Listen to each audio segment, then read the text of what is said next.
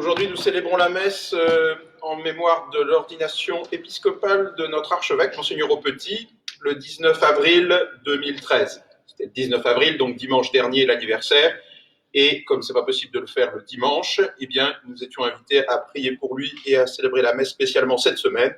C'est ce que nous faisons à Saint-Roch aujourd'hui pour lui. Au nom du Père et du Fils et du Saint-Esprit. Amen.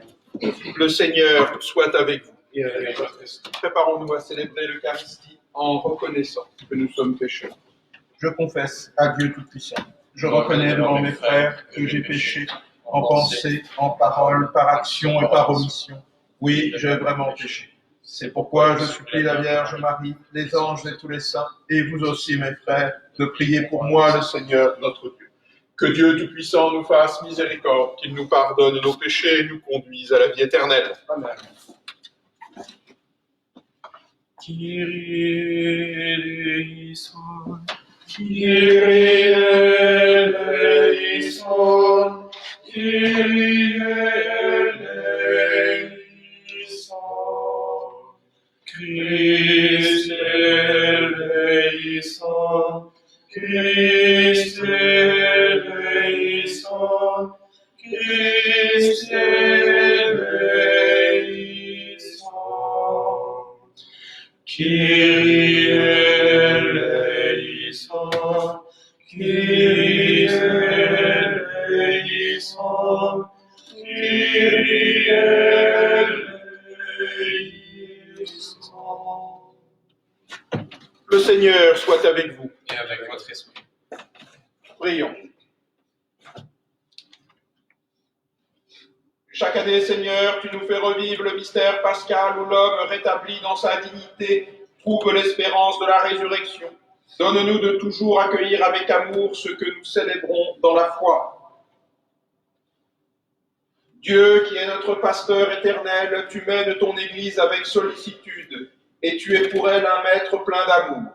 Accorde à ton serviteur, Michel, que tu as fait évêque de l'Église de Paris, qui est à Paris, de la conduire en vrai représentant du Christ, qu'il instruise ton peuple dans la foi, qu'il le sanctifie par tes sacrements et le gouverne selon ta volonté, par Jésus, le Christ, notre Seigneur et notre Dieu, qui vit et règne avec toi et le Saint-Esprit maintenant et pour les siècles des siècles.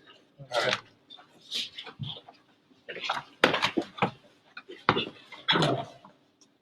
Lecture du livre des Actes des Apôtres. La multitude de ceux...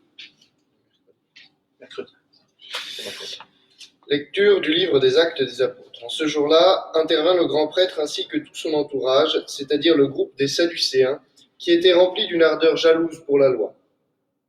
Ils mirent la main sur les apôtres et les placèrent publiquement sous bonne garde. Mais, pendant la nuit, l'ange du Seigneur ouvrit les portes de la prison et les fit sortir. Il leur dit « Partez, tenez-vous dans le temple, et là, dites au peuple toutes ces paroles de vie. » Ils l'écoutèrent. Dès l'aurore, ils entrèrent dans le temple, et là, ils enseignaient. Alors arriva un grand prêtre ainsi que son entourage, ils convoquèrent le conseil suprême, toute l'assemblée des anciens d'Israël, et ils envoyèrent chercher les apôtres dans leur cachot. En arrivant, les gardes ne les trouvèrent pas à la prison. Ils revinrent donc annoncer « Nous avons trouvé le cachot parfaitement verrouillé et les gardes en faction devant les portes. Mais quand nous avons ouvert, nous n'avons pas trouvé de personne à l'intérieur. » Ayant entendu ce rapport, le commandant du temple et les grands prêtres tout perplexes se demandaient ce qu'il adviendrait de cette affaire. Là-dessus, quelqu'un vint leur annoncer « Les hommes que vous aviez mis en prison, voilà qu'ils se tiennent dans le temple et enseignent le peuple. » Alors le commandant partit avec son escorte pour les ramener, mais sans violence, parce qu'ils avaient peur d'être lapidés par le peuple. Parole du Seigneur. Nous rendons grâce à Dieu. Alléluia, Alléluia, Alléluia. Alléluia, Alléluia, Alléluia. Je bénirai le Seigneur en tout temps, sa louange sans cesse à mes lèvres. Je me glorifierai dans le Seigneur, que les pauvres m'entendent et soient en fête. Alléluia, Alléluia, Alléluia. Magnifiez avec moi le Seigneur, exaltons tous ensemble son nom. Je cherche le Seigneur, il me répond, de toutes mes frayeurs, il me délivre. Alléluia, Alléluia, Alléluia. Qui regarde vers lui resplendira, sans ombre ni trouble au visage. Un pauvre cri le Seigneur entend, il le sauve de toutes ses angoisses. Alléluia, Alléluia, Alléluia.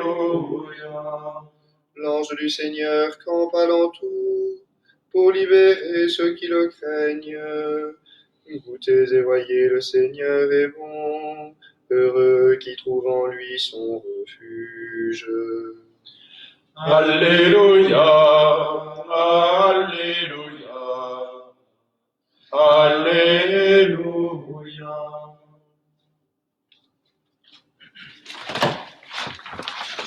Alléluia, Alléluia, Alléluia, Alléluia,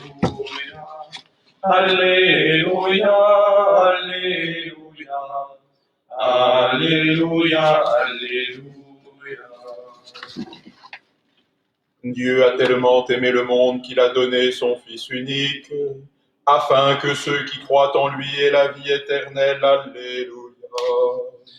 Alléluia, Alléluia, Alléluia,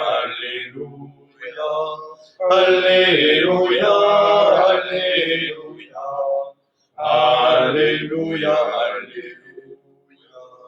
Le Seigneur soit avec vous. Et avec votre esprit. Évangile de Jésus-Christ selon saint Jean. Gloire à toi, Seigneur. En ce temps-là, Jésus disait à Nicodème, « Dieu a tellement aimé le monde qu'il a donné son Fils unique, afin que quiconque croit en lui ne se perde pas, mais obtienne la vie éternelle. Car Dieu a envoyé son Fils dans le monde, non pas pour juger le monde, mais pour que par lui le monde soit sauvé. Celui qui croit échappe en lui au jugement. Celui qui ne croit pas est déjà jugé, du fait qu'il n'a pas cru au nom du Fils de Dieu unique, et le jugement le voici. La lumière est venue dans le monde et les hommes ont préféré les ténèbres à la lumière, parce que leurs œuvres étaient mauvaises.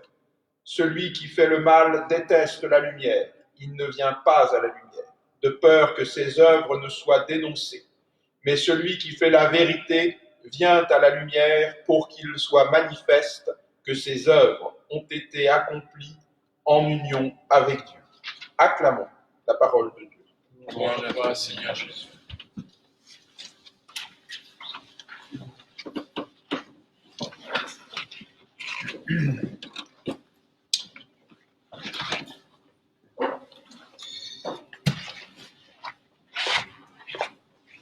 Alors je vais peu commenter l'évangile, ce qui n'est pas mon habitude, même si je vais en faire le prétexte pour pouvoir vous parler de l'anniversaire de l'ordination épiscopale de notre évêque. Au nom du Père et du Fils et du Saint-Esprit. La messe que nous offrons aujourd'hui est dite pro episcopo, c'est-à-dire pour notre évêque, en raison de l'anniversaire de son ordination épiscopale. 7 ans d'épiscopat, il a d'abord été nommé évêque de Nanterre, et depuis 2 ans, il est archevêque, il est l'évêque de Paris. Alors pourquoi est-ce important pour nous? Est-ce une simple dévotion de subordonnés qui aimerait flatter un supérieur? Eh bien, vous en doutez, on n'aurait pas fait une messe pour ça, un petit mot de flatterie aurait suffi. Il ne s'agit pas de ça. Il s'agit de se rendre compte de ce que l'évêque, pour nous, est dans l'Église. Voyons sa légitimité, c'est-à-dire pourquoi, pour quelles raisons il est évêque de ce diocèse, et voyons pourquoi, c'est-à-dire pour quelle fin, il a été établi l'épiscope de ce diocèse. Quelle est sa légitimité? Pourquoi est-il évêque parmi nous? Eh bien parce qu'il a été choisi, puis institué. Il a d'abord été choisi, et cela relève en quelque sorte d'abord de l'organisation de l'Église.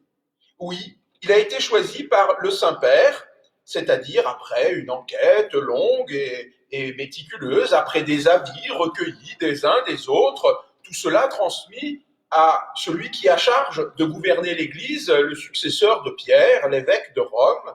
Eh bien, après cette réflexion et cette enquête, celui-ci a été choisi pour être évêque et pour être évêque de tel diocèse, d'abord de Nanterre, je l'ai dit, puis de Paris. C'est dire qu'il appartient à un collège épiscopal qui forme la tête de notre Église sur cette terre.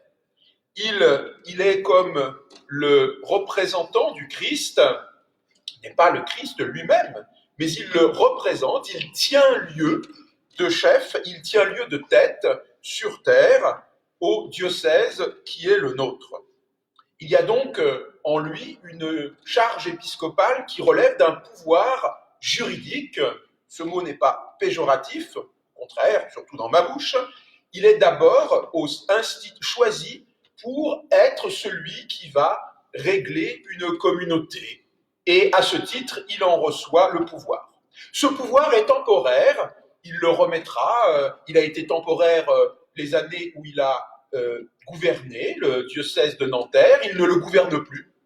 Et maintenant, il gouverne l'archidiocèse de Paris, et arrivera un temps où il ne le gouvernera plus. Normalement, à 75 ans, il remettra sa démission au Saint-Père, selon les normes du droit canonique, et lui sera pourvu un successeur. Ça, c'est la dimension juridique de sa charge. Mais il y a beaucoup plus encore. Cette dimension juridique, la raison pour laquelle il a été choisi, va le constituer pas seulement dans une charge juridique, mais dans une charge sacrée. C'est-à-dire qu'il devient le successeur des apôtres. Oui, nous sommes très attentifs à savoir d'où viennent nos évêques, et si vous regardez les informations que nous avons sur chaque diocèse ou sur chaque évêque, eh bien on regarde bien d'où viennent-ils. Si vous ouvrez l'Ordo de Paris, qui est un petit livre administratif à l'usage de notre Église, eh bien, vous y trouverez la succession de tous les évêques. Et Monseigneur Aupetit, si j'ai bien compté, est le 141e évêque de Paris. Le premier connu, eh bien, c'est Saint-Denis, vers l'an 250. Et depuis, se sont succédés 140 évêques pour arriver jusqu'à celui qui est là maintenant. Et si l'on remontait de Saint-Denis, eh bien, nous irions chercher où il a été ordonné, c'est-à-dire de qui il a reçu l'ordination. C'est pourquoi quand on ordonne un évêque qui reçoit la plénitude du sacerdoce du Christ, c'est-à-dire qu'il peut tout faire dans son Église, eh bien, il n'est pas ordonné simplement, voilà, ce n'est pas la bulle du pape qui l'ordonne, la bulle du pape le nomme, lui donne le pouvoir de diriger, et en vue de ce pouvoir, on va l'ordonner, c'est-à-dire lui conférer la plénitude de l'ordre qu'il a déjà reçu puisqu'il est prêtre. Et il la reçoit de plusieurs évêques. Il y a en général 3 évêques co-consécrateurs, il peut y en avoir d'autres évidemment, et ils sont là pour attester que la succession apostolique, et quand on regarde la vie d'un évêque, on dit voilà, il a été ordonné par tel évêque, qui lui-même fut ordonné par tel évêque, qui lui-même fut ordonné par tel évêque, et ainsi pourrait-on remonter jusqu'à Jésus-Christ. Cette succession apostolique atteste que l'Église est bien la continuation du Christ et du collège des évêques, des apôtres qu'il a institué jusqu'à la fin des temps. Et oui, c'est très important, notre évêque prend place dans une succession. Il m'a été donné récemment d'assister à une ordination épiscopale dans un rite oriental de l'Église catholique, le rite ukrainien, byzantin. Eh bien, il était très beau de voir que tous les évêques présents, il y en avait, je ne sais plus, une quarantaine, ont mis la main sur l'épaule les uns des autres pour former une chaîne et pour signifier ainsi que c'est une chaîne apostolique ininterrompue qui arrive à celui à qui est conférée cette ordination. Voilà évidemment une extrême importance donnée à cet homme, et cette importance ne lui sera pas retirée. Il est constitué prêtre pour toujours, comme tout prêtre, mais lui, il est constitué dans la plénitude du sacerdoce pour toujours.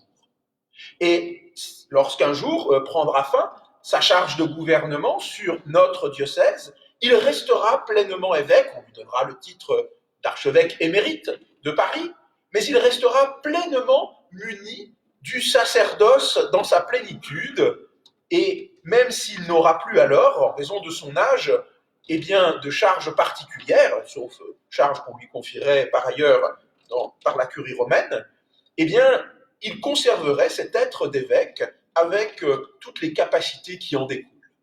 Alors maintenant, voyons, puisque je viens de voir pour quelle raison il était notre évêque, voyons pourquoi, dans quelle fin il est notre évêque.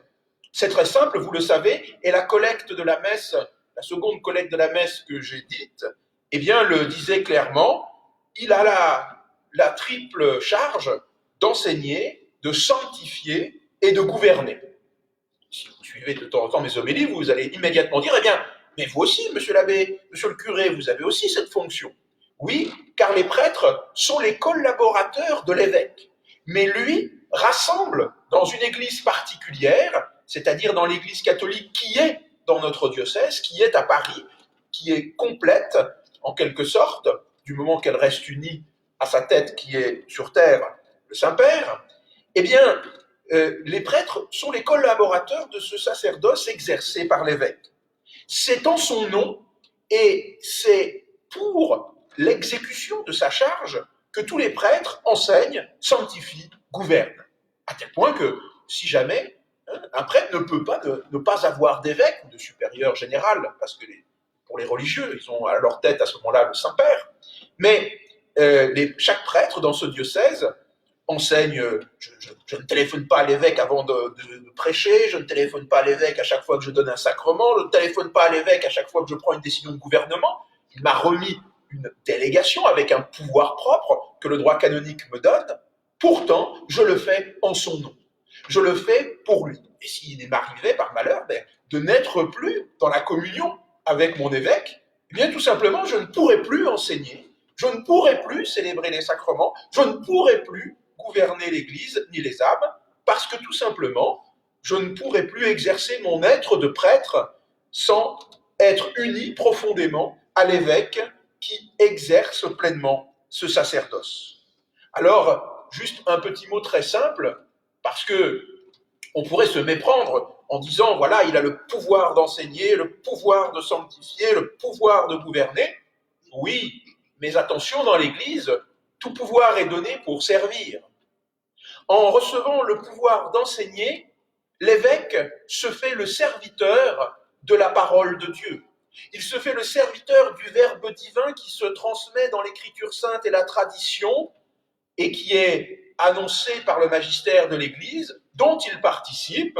Voilà pourquoi l'évêque prêche, voilà pourquoi l'évêque écrit des lettres pastorales, voilà pourquoi l'évêque a charge de révéler ce qu'il a médité avec humilité et avec obéissance.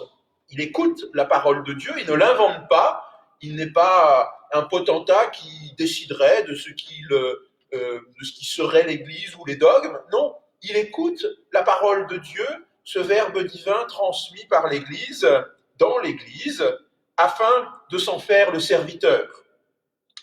En recevant le pouvoir de sanctifier, c'est-à-dire de célébrer les sacrements et d'apporter cette sanctification au monde, l'évêque se fait le serviteur du Christ lui-même et de son Église, qui est son corps répandu sur terre. Oui, ce faisant, c'est pareil, l'évêque ne décide pas ce qu'il va faire dans telle célébration. Eh bien non, ce n'est pas lui qui décide, c'est la liturgie. Il reçoit, il y a un livre même spécial écrit pour les évêques dans la liturgie qui s'appelle le Cérémonial des évêques, et il se fait le serviteur obéissant de cette liturgie qui transmet des gestes qui ne sont pas les siens, mais ceux de l'Église. Et c'est pourquoi ils sont vrais, et c'est pourquoi ils sont efficaces. Ils se mettent à l'écoute de l'Église et du Christ qui guérit, qui touche, qui donne, qui sanctifie son peuple. Enfin, en recevant le pouvoir de gouverner l'Église et les âmes, eh bien, l'évêque se fait là le serviteur du peuple de Dieu. On n'est pas ordonné prêtre pour soi, on n'est pas ordonné évêque pour soi, pour se dire qu'on est le plus beau, le plus intelligent. Non, On est ordonné pour le peuple de Dieu que l'on va servir, c'est-à-dire pour qu'il puisse trouver le chemin du ciel, gouverner dans un bateau, tenir le gouvernail, c'est tenir une direction qui mène quelque part. Eh bien, l'évêque est chargé de nous mener avec le gouvernail, de mener la barque de l'église qui est à Paris pour que nous arrivions à bon port, c'est-à-dire que nous trouvions le Christ. Je terminerai en rappelant les insignes de l'évêque, car ils ont une importance très grande. Si un évêque est d'abord un prêtre et que lorsqu'il célèbre la messe, eh bien, il revêt, comme tout prêtre, la chasuble, la mique de la chasuble, l'étole, je suis dans le désordre, son aube, bref, à ce titre, il célèbre une messe qui est une messe comme toute messe, puisque toute messe est celle du Christ, mais il porte des insignes particuliers. Il porte toujours, en dehors ou pendant la messe, il porte un anneau parce qu'il est attaché au Christ, et que cet anneau porte la couleur qui révèle le don qui est le sien, la couleur violette, ou alors une croix, elle peut être simplement de métal, il peut être de métal cet anneau comme celui du pape, l'anneau du pécheur, est celui qui l'attache à ses prédécesseurs et qui en fait le serviteur et de son peuple. Lorsque l'on porte une alliance, eh bien, c'est le signe que l'on est uni, que l'on est attaché à son épouse, à son époux. Eh bien, l'évêque, pareillement, porte un anneau avec une croix, généralement, ou une pierre révélant la couleur de sa charge, qui l'unit au service qui est le sien, à ses prédécesseurs et à ses successeurs. Il porte aussi une croix, car il tient pour nous la place du Christ qui est mort en croix et qui nous sauve par sa croix. Il porte une croix autour du cou, pendant avec une chaîne.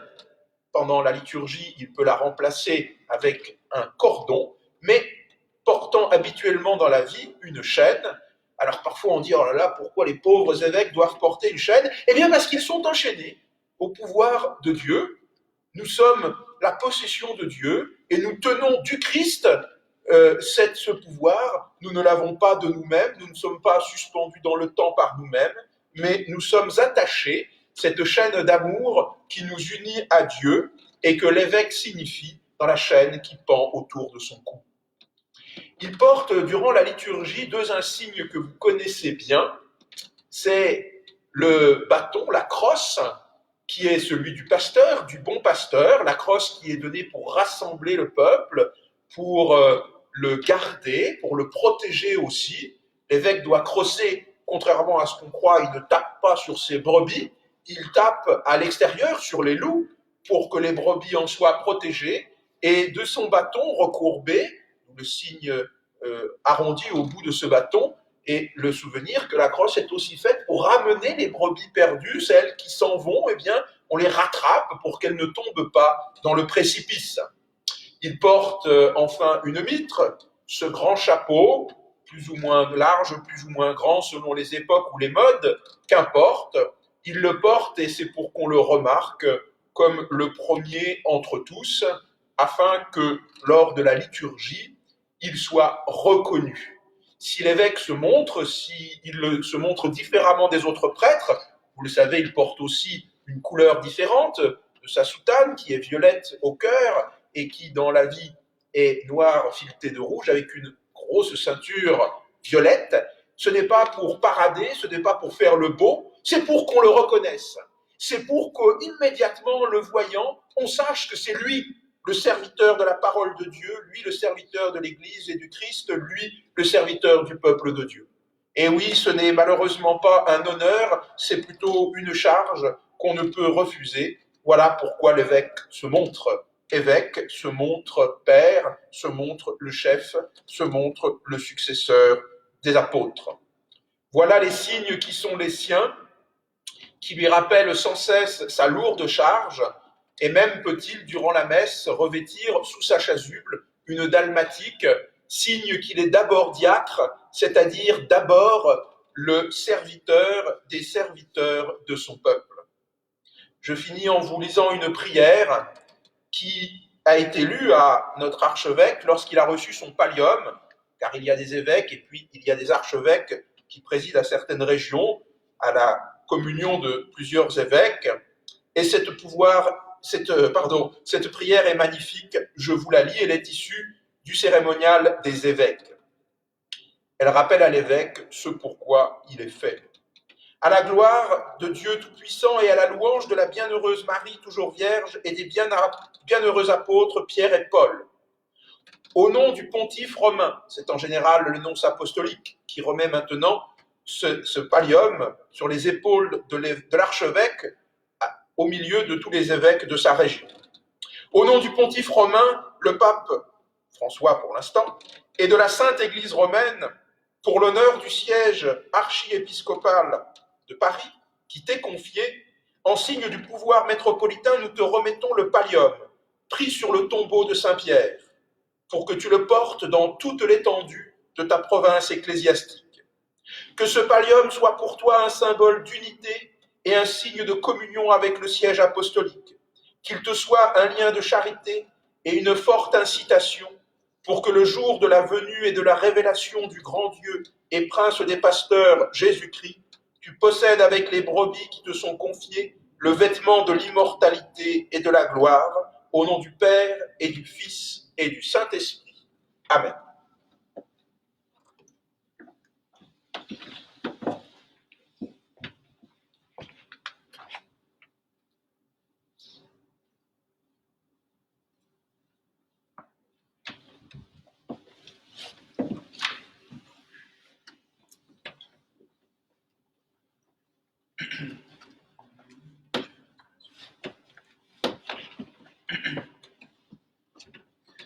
Te Deum laudamus,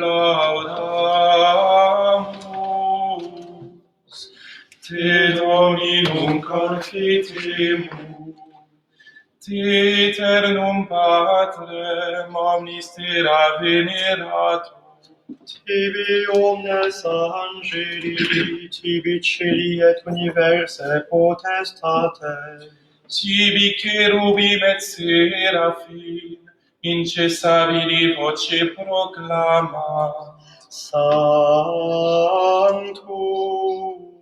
Sanctus, Sanctus, Dominus Deus Sabaoth, pleni sunt cieli et terra, majestatis gloriae Tue. Te gloriosus apostolorum chorus, Se prophetarum laudabilis numerus, Te martyrum candidatus laudat exercitus, Te per orbem terrarum sancta confitetur ecclesia, Patrem, immense majestatis, venerandum tuum verum et unicum Filium. In te Domine speravi, non confundar in eterno. Prions ensemble au moment d'offrir le sacrifice de toute l'Église. La gloire de Dieu et le salut de Dieu. Seigneur notre Dieu, dans l'admirable échange du sacrifice eucharistique, tu nous fais participer à ta propre nature divine, puisque nous avons la connaissance de ta vérité, accorde-nous de lui être fidèles par toute notre vie. En te présentant cette offrande, Seigneur, nous te recommandons notre évêque Michel.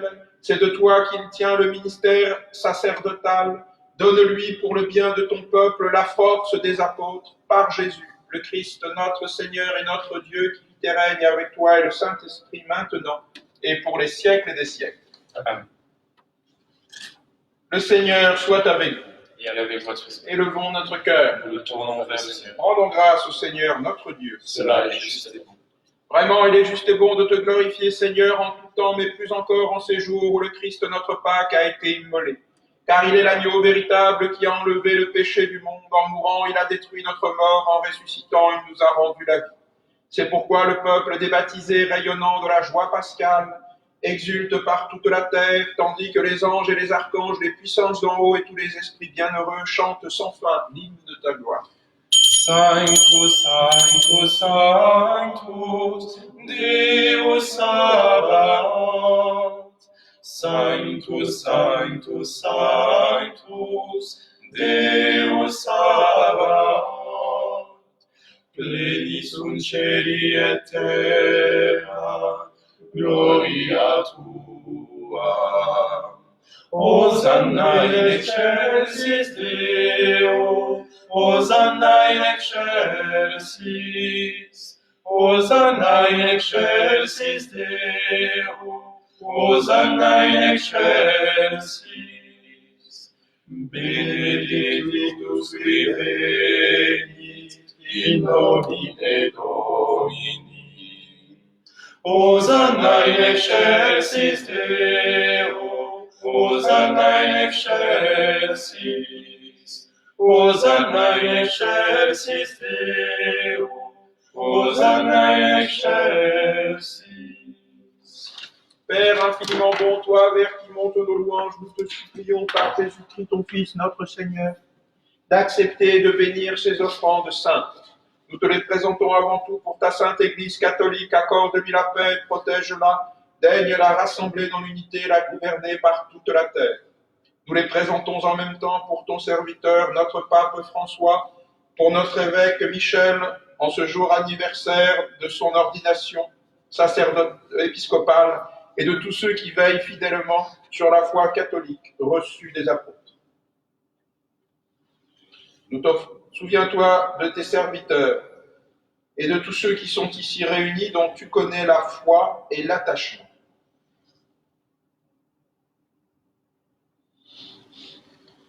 Nous t'offrons pour eux, ou ils t'offrent pour eux-mêmes et tous les leurs, ce sacrifice de louange pour leur propre rédemption, pour le salut qu'ils espèrent, et ils te rendent cet hommage à toi, Dieu éternel, vivant et vrai. Dans la communion de toute l'Église, nous voulons nommer en premier lieu la bienheureuse Marie, toujours vierge, mère de notre Dieu et Seigneur Jésus-Christ, Saint Joseph, son époux, les saints apôtres et martyrs, Pierre et Paul, André, Jacques et Jean, Thomas, Jacques et Philippe, Barthélemy et Matthieu, Simon et Jude, Linclé et Clément, Sixte, Corneille et Cyprien, Laurent, Chrysogone, Jean et Paul, Paul et Damien et tous les saints. Accorde-nous par leurs prières et leurs mérites d'être toujours et partout forts de ton secours et de ta protection, par le Christ notre Seigneur. Amen. Voici l'offrande que nous présentons devant toi, nous tes serviteurs et ta famille entière, dont ta bienveillance accepte-la. Assure toi-même la paix de notre vie, arrache-nous à la damnation éternelle et reçois-nous parmi tes élus. Par le Christ notre Seigneur, Amen. Sanctifie pleinement cette offrande par la puissance de ta bénédiction. Rends-la parfaite et digne de toi. Qu'elle devienne pour nous le corps et le sang de ton Fils bien-aimé, Jésus-Christ notre Seigneur. La veille de sa passion, il prit le pain dans ses mains très saintes, et les yeux levés au ciel vers toi, Dieu son Père Tout-Puissant. En te rendant grâce, il le bénit, le rompit et le donna à ses disciples en disant : Prenez et mangez donc.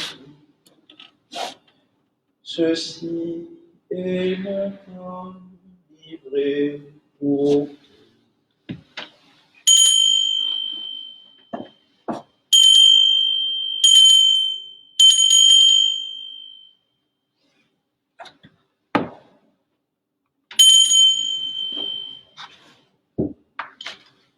De même, à la fin du repas, il prit dans ses mains cette coupe incomparable, et te rendant grâce à nouveau, il la bénit, et la donna à ses disciples en disant : Prenez et buvez-en tous, car ceci est la coupe de mon sang, le sang de l'alliance nouvelle et éternelle, qui sera versé pour vous et pour la multitude, en rémission des péchés.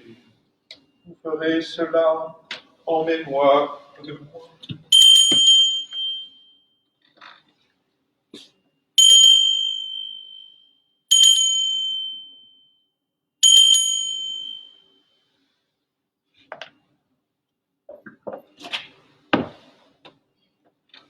Il est grand le mystère de la foi. Nous proclamons ta mort, Seigneur Jésus. Nous célébrons ta résurrection. Nous attendons ta venue dans la gloire.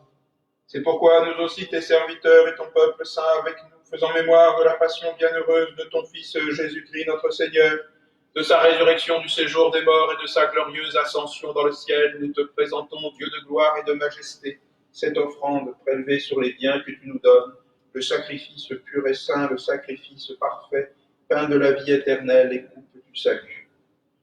Et comme il t'a plu d'accueillir les présents d'Abel, le juste, le sacrifice de notre père Abraham et celui que t'offrit Melchisédek, ton grand prêtre, en signe du sacrifice parfait, regarde cette offrande avec amour et dans ta bienveillance accepte.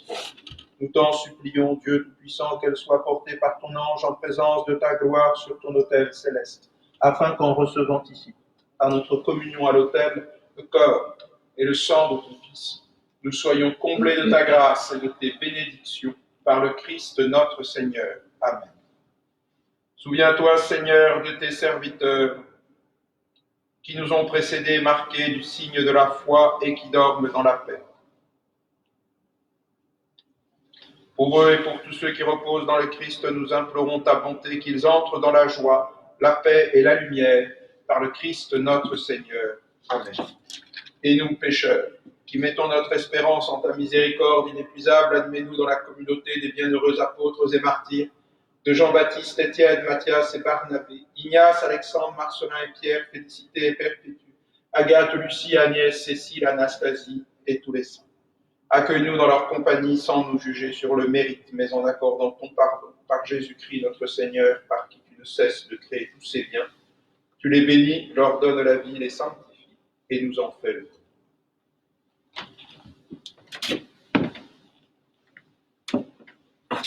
Par lui, avec lui et en lui, à toi, Dieu le Père Tout-Puissant, dans l'unité du Saint-Esprit, tout honneur et toute gloire pour les siècles et les siècles. Amen. Comme nous l'avons appris du Sauveur et selon son commandement, nous osons dire, notre Père qui es aux cieux, que ton nom soit sanctifié, que ton règne vienne, que ta volonté soit faite sur la terre comme au ciel. Donne-nous aujourd'hui notre pain de ce jour. Pardonne-nous nos offenses, comme nous pardonnons aussi à ceux qui nous ont offensés. Et ne nous laisse pas entrer en tentation, mais délivre-nous. Délivre-nous de tout mal, Seigneur, et donne la paix à notre temps par ta miséricorde. Libère-nous du péché. Rassure-nous devant les épreuves en cette vie, où nous espérons le bonheur que tu promets, l'avènement de Jésus-Christ, notre Sauveur. Car c'est à toi qu'appartiennent la puissance et la gloire pour les siècles des siècles. Seigneur Jésus-Christ, tu as dit à tes apôtres, je vous laisse la paix, je vous donne ma paix, ne regarde pas nos péchés, mais la foi de ton Église. Pour que ta volonté s'accomplisse, donne-lui toujours cette paix et conduis-la vers l'unité parfaite, toi qui règnes pour les siècles et des siècles. Que la paix du Seigneur soit toujours avec vous. Et avec votre esprit. Annus Dei, vitolis peccata mundi, miserere nobis.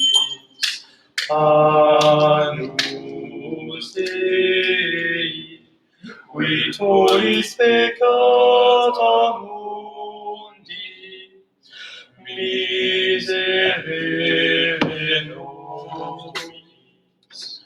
Annus Dei, qui tollis peccata mundi, dona nobis pace.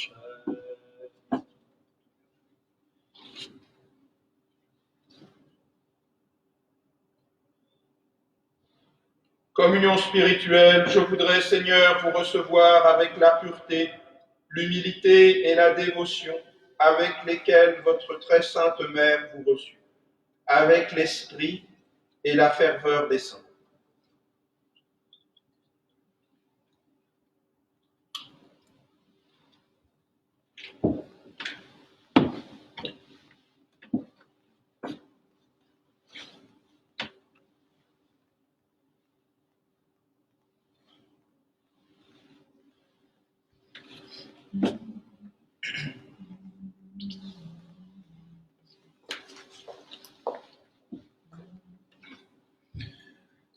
Pars en paix, ô mon âme, car tu as un bon guide sur la route. Pars en paix, ô mon âme, car celui qui t'a créé t'a aussi sanctifié, gardé.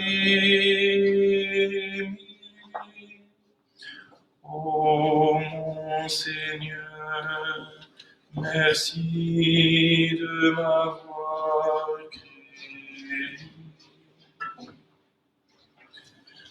Pars en paix, ô mon âme, car tu as un bon guide sur la route. Pars en paix, ô mon âme, car celui qui t'a créé t'a aussi sanctifié, gardé.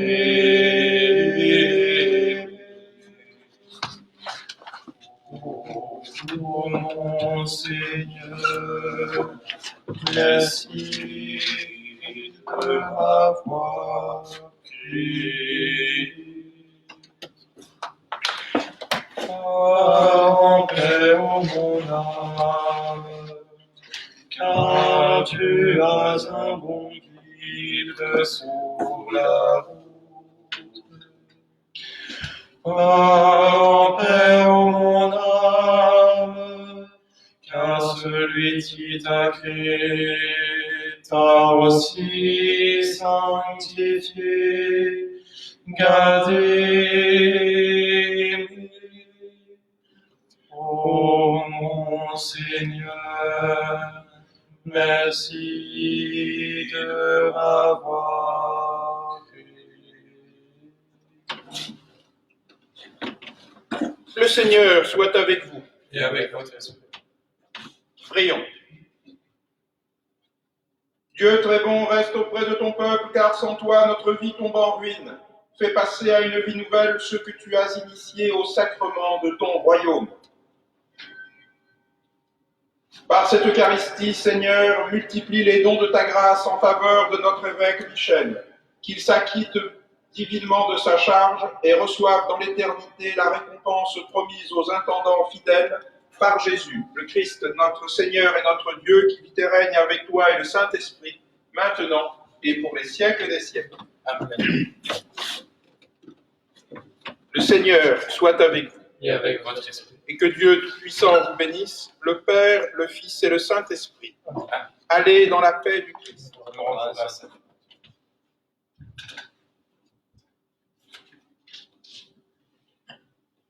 Comme vous le savez, vous qui nous suivez, nous prions tous les jours Saint Roch, patron à invoquer durant la peste et les épidémies diverses et les maladies graves, notamment le cancer.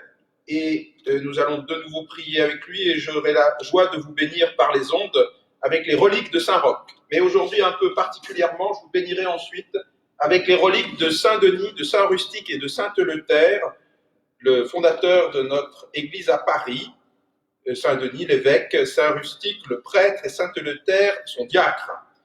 Voilà que nous avons la chance aussi d'en posséder les reliques, des eaux assez importants, et je vous bénirai avec, dans l'union avec notre évêque, pour qui je vous invite à prier tous les jours. Prière à Saint Roch. Saint Roch, vous avez soigné avec tant de générosité, de charité les malades atteints de la peste. Dieu vous a accordé plusieurs fois de guérir par le signe de la croix des malades considérés comme perdus. Avec grande confiance, nous nous adressons à vous et nous vous supplions. Intercédez auprès du Seigneur pour nous obtenir amélioration, guérison, si Dieu le permet, dans les maladies graves. Préservez-nous des épidémies, secourez-nous dans les maladies du corps et de l'âme. Avec grande confiance, nous vous prions de nous protéger de la foudre dans les orages et de tout mal. Saint Roch, Il est bon. cœur sacré de Jésus, J'ai confiance en vous. cœur douloureux et immaculé de Marie, Il est bon.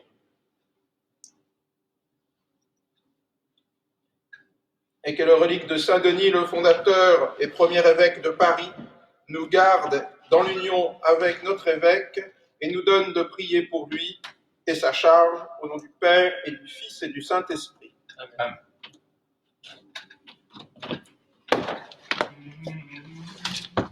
Regina Celi, Letare, alleluia. Quia quemeruisti portare, alleluia. Resurrexit, sicut dixit, alleluia. Ora pro nobis Deum, alleluia. Gaudete cari Virgo Maria, alleluia. Quia sursit Dominus vere, alleluia.